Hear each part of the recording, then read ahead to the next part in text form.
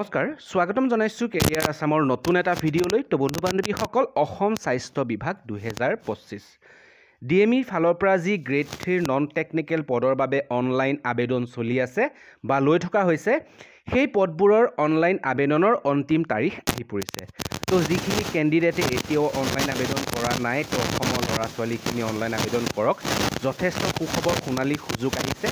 তো ইয়াতে grade 3 non technical পদ ওলাইছিলে 765টা পদ আৰু এই পদবোৰৰ অনলাইন আবেদন চলি আছে যোৱা 6 জানুৱাৰীৰ পৰা ষ্টাৰ্ট হৈছে আৰু ইয়াৰ অন্তিম তাৰিখ হৈছে 16 জানুৱাৰী তো যিখিনি কেণ্ডিডেটে এতিয়াও আবেদন কৰা নাই তো আজিয়ে আবেদন কৰক অৰ্থাৎ অহা কালিলৈ ইয়াৰ লাষ্ট ডেট তো সাৰ্ভাৰৰ ইস্যু হ'ব পাৰে অহা কালিলৈ তো আজিয়ে সোনকালে আবেদন কৰি লওক ঠিক আছে তো ইতিমধ্যে আপোনালোকে গম পায় যে এই পদখিনিৰ বাবে এক্সাম ডেটো ঘোষণা কৰিছে তো ইয়াৰ এক্সাম অনুষ্ঠিত হ'ব 9 মাৰ্চ তাৰিখে অৰ্থাৎ 2025 বৰ্ষৰ এই বৰ্ষৰ 9 মাৰ্চ তাৰিখে এক্সাম অনুষ্ঠিত হ'ব আৰু এডমিট কাৰ্ডসমূহ ডাউনলোড কৰিব পাৰিব ফেব্ৰুৱাৰী মাহৰ শেষৰ পিনে এডমিট কাৰ্ডসমূহ ডাউনলোড কৰিব পাৰিব আৰু এই পদবোৰৰ বাবে মাহিলী দৰমহা হৈছে 14000 টকাৰ পৰা 70000 টকা লগতে গ্ৰেড পে ইয়াতে প্ৰদান কৰিব আৰু এটা কথা মন কৰিব কেণ্ডিডেটজনে আবেদন কৰোঁতে এমপ্লয়মেণ্ট এক্সচেঞ্জত ৰেজিষ্ট্ৰেশ্যন থাকিব লাগিব তেতিয়াহে কিন্তু আবেদন কৰিব পাৰিব আৰু বয়সৰ সময়সীমা ইয়াতে আনৰিজাৰ্ভ কেণ্ডিডেটখিনিয়ে 18 to 40 ইয়াৰ্ছলৈকে আবেদন কৰিব পাৰিব OBC MOBC হ'লে 18 to 43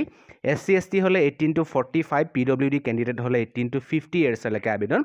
কৰিব পাৰিব আৰু ইয়াতে কোনো ধৰণৰ এপ্লিকেশ্যন ফিজ পে কৰিব নালাগে ফ্ৰীকে আবেদন কৰিব পাৰিব ঠিক আছে তো এতিয়াও যদি আমাৰ টেলিগ্ৰাম আৰু হোৱাটছআপ চেনেলটো জইন হোৱা নাই ডেছক্ৰিপশ্যনৰ লিংকৰ পৰা গৈ জইন হ'ব পাৰিব এনেকুৱা ধৰণৰ খবৰসমূহ সকলোতকৈ প্ৰথমতে পাবলৈ ঠিক আছে আৰু আপোনালোকে যিমান পাৰে সোনকালে আবেদন কৰক অহা কালিলৈ সাৰ্ভাৰৰ কিন্তু ইছ্যু থাকিব পাৰে তো আমি পোষ্টসমূহৰ ডিটেইলছসমূহ যদি চাওঁ প্ৰথম আছিলে account assistant clerk LDA junior assistant store keeper computer operator এই পদখিনিৰ বাবে educational qualification higher secondary pass বিচাৰিছে লগতে 1 ইয়াৰ কম্পিউটাৰ ডিপ্ল'মা হ'লে আবেদন কৰিব পাৰিব ড্ৰাইভাৰটোৰ বাবে আছিলে মেট্ৰিক পাছ লগতে LMV ড্ৰাইভিং লাইচেন্স বিচাৰিছে লগতে লেবৰেটৰী এছিষ্টেণ্টৰ বাবে হায়াৰ ছেকেণ্ডেৰী ছায়েন্সত বিচাৰিছে আবেদন কৰিব পাৰিব লগতে একাউণ্টেণ্ট পদটোৰ বাবে BCom ডিগ্ৰী বিচাৰিছে আৰু লগতে 1 ইয়াৰ কম্পিউটাৰ ডিপ্ল'মা বিচাৰিছে ঠিক তেনেদৰে হেল্থ এডুকেটৰ পদটোৰ বাবে ডিগ্ৰী লগতে কম্পিউটাৰ ডিপ্ল'মা বিচাৰিছে লগতে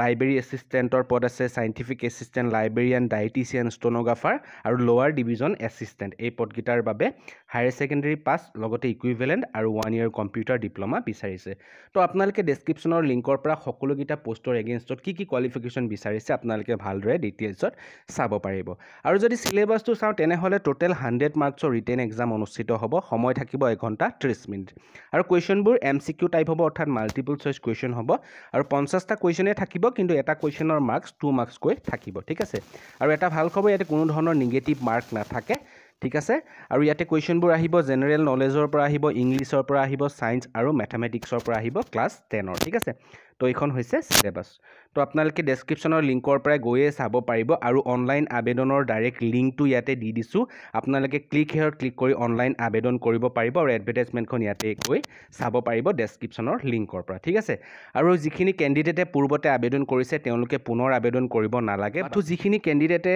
আবেদন কৰোঁতে কিবা ভুল কৰিছে তেওঁলোকে এডিট কৰিব নোৱাৰিব তেওঁলোকে পুনৰ আবেদন কৰিব পাৰিব কিন্তু সেম নাম্বাৰ দি নহয় বেলেগ নাম্বাৰ দিহে আবেদন কৰিব লাগিব ঠিক আছে তো ভিডিঅ'টোত আজি এইখিনি আছিলে ভিডিঅ'টো যিমান পাৰে শ্বেয়াৰ কৰক যিখিনি বন্ধু বান্ধৱী এতিয়াও আবেদন কৰা নাই ডিএমইৰ ফালৰ পৰা অহা নন টেকনিকেল পদখিনিত তো সোনকালে আবেদন কৰক আৰু ভিডিঅ'টো যিমান পাৰে শ্বেয়াৰ কৰি দিয়ক আৰু এটা লাইক কৰিবলৈ নাপাহৰিব এতিয়াও যদি চেনেলটো ছাবস্ক্ৰাইব কৰা নাই ছাবস্ক্ৰাইব কৰিব বেল আইকনটো প্ৰেছ কৰি ৰাখিব এনেকুৱা ধৰণৰ খবৰসমূহ সকলোতকৈ প্ৰথমতে পাবলৈ